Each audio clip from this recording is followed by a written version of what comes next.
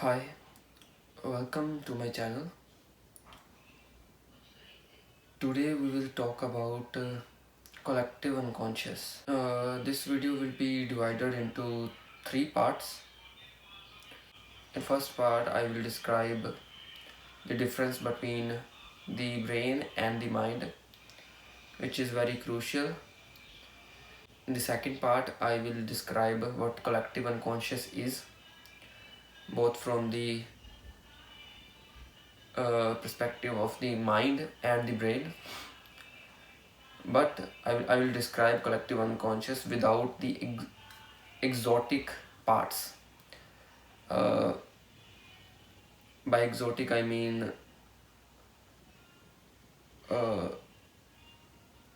some views of Carl Jung about collective unconscious, which right now we cannot understand from the perspective of science. So, those who even I am skeptic about those parts. So, I will. So, in the third part, I will describe collective unconscious with those exotic parts, and I will also give my own views on this. So let's begin.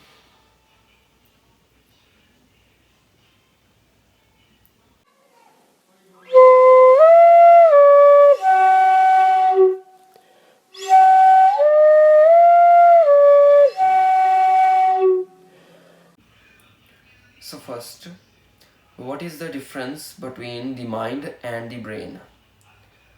Uh, if I take a human body and cut its skull apart and see within, what I will see is the brain. I will not see the mind. All the neurons, the blood vessels, the electrical signals, all this is part of the brain. And mind is when we look at the brain from within. So right now, when you are seeing everything around you, this experience, which is also happening inside your brain, but this experience is in the mind. So in the brain, there are neurons which are firing signals, and in the mind, there is this experience which is happening. So the thoughts that you are having right now, that's the mind, and the hormones that are released, if we look at the hormones, that would be the part of the brain. Okay, this distinction is very important. I think the work of Carl Jung has been uh, ignored mostly because of this, because they did not realize the distinction between these two. So since science mostly deal with the brain, they were not able to test most of the theories of Carl Jung, which were actually about from the perspective of the mind. I hope you understood the difference. Now let's continue to the second part. So what exactly is collective unconscious? First, let's understand the term collective. There is personal mind, which include conscious and unconscious mind, and then there is collective mind. Personal mind is the things that you have that are unique in your mind, like the things you are thinking about, or type of memories you have. All these are part of your personal mind. Collective mind, so that portion of the mind which all of the entire humanity shares, we call collective unconscious. From the perspective of the brain, it is not that difficult to understand that we have so many parts in common. I mean, the structure of the brain is very similar among all humans. Through evolution, we have been designed. The genes we have are very similar. So, it is obvious to understand that there can be a part of mind which is common among all humans. So the way we take information, process it, the way we organize our life, the way we think about life, unconscious is basically the part of the mind which we are not conscious about. So right now I'm conscious about my hand, but just a moment ago when I was explaining, I wasn't conscious about it, yet I was controlling my hand by putting it here. So the part that is in our control we call conscious, the one that is not in our control we call it unconscious. So collective unconscious mind is basically mind which is collective, that is shared by all humans, and which is unconscious means we don't have a control over it. So I cannot just change my collective unconscious. It is the collective unconscious which has influence over me. So how do we interact with the collective unconscious? Through our mind, within our mind. Uh, First of all, collective unconscious is really revealed to us through patterns.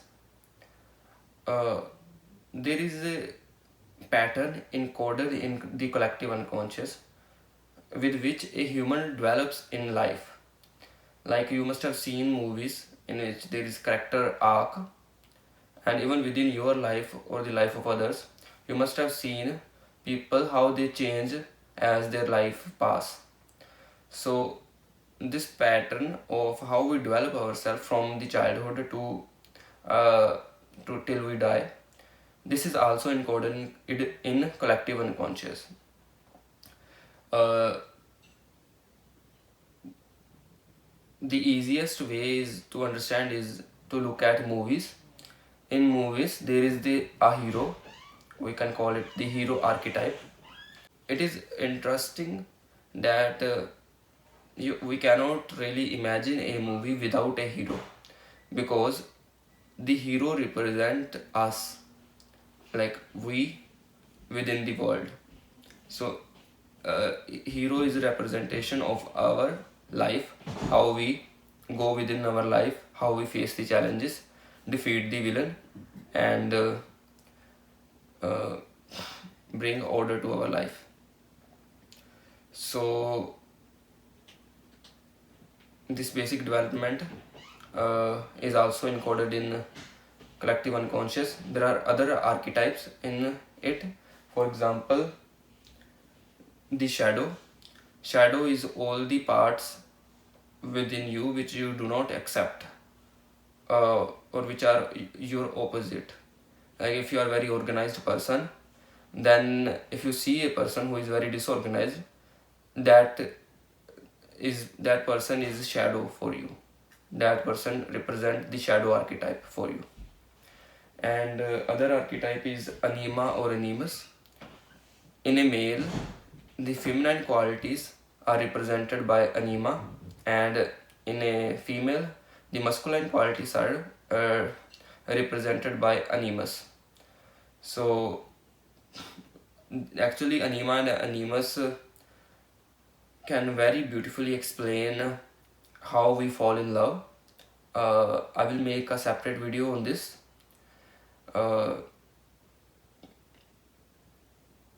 But this explains love quite well.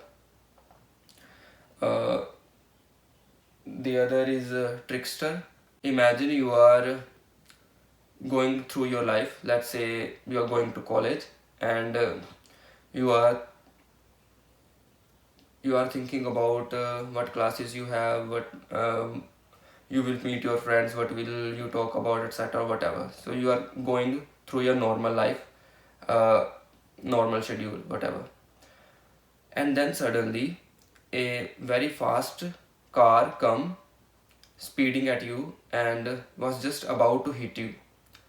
In that moment, suddenly the order of your life is broken, and suddenly there is chaos. Entirely unpredictable thing has come to your life. This portion is represented by the trickster. The You must have seen in movies, there are always some character which brings chaos, like everything is going fine and well, and suddenly this character will do something unpredictable. uh, then is the wise old man. The portion of the world, or in movies you must have seen a wise old man who gives advice, who guide the hero towards the right path. And then there is the mother archetype. All the aspects of the world which are nurturing and which are healing, loving, are represented by the mother archetype. Then there is the father archetype. All the aspect of the world with we can say the authoritative aspects of the world are represented by the father archetype. Then there is the child archetype. The innocence and the newness, freshness, these aspects of the world, when we look at the world, are represented by the child archetype. Okay, so let's move on now to the third part. So without the exotic portion, collective unconscious is easier to understand. We can understand it through our life, through our own experience with our mind, and from a scientific perspective it's also easier to understand, because we have similar genes, and we have evolved through similar obstacles through our evolutionary history. So it's easier to understand that we will have a common mind, a portion of mind which is common, and it's also clear that we experience collective unconscious through archetypes, which are basically just patterns.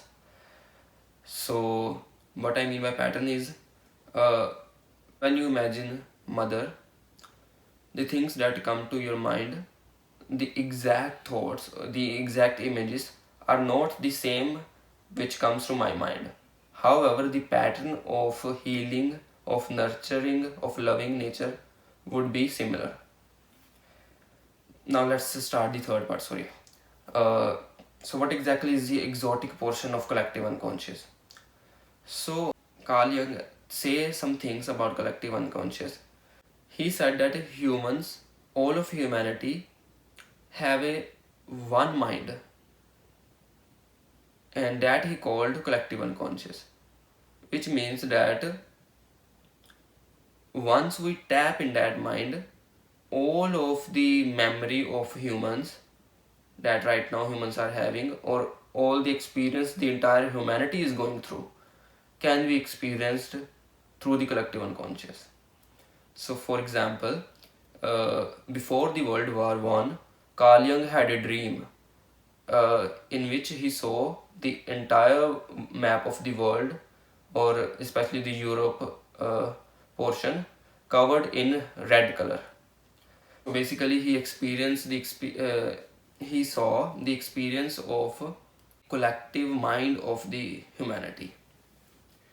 So the reason it's exotic is because we don't really have an explanation, because this is basically saying that telepathy is possible. Like right now I'm sitting here and someone is sitting on the other side of the world. I should be able to talk with them, see the world through their eyes, with this by tapping collective unconscious, because our memories are connected, our experiences are connected. So this I can't really understand through the perspective of science, like what laws are, like how is it possible? I don't understand this. So I am a kind of skeptic regarding this, but I am not completely I'm not saying that it's impossible. I actually am open towards it, but I don't really have an explanation for it. The reason I'm open is because uh, I read a book called Adventures of Lucid Dreaming, and in that he described different things which can be done through lucid dreaming. Lucid dreaming is basically dreaming while knowing that it is a dream, thus you have control over the dream. This actually is scientifically proven. experiment an experiment was done through which it was proved that it is real phenomena. So in that book he claimed that it is possible to pass information at a distance. So what they did was, the guy who wrote the book and his friend, they both were distance apart, and they both decided that today's night we will meet each other in the dream, and then we will share with each other a piece of information.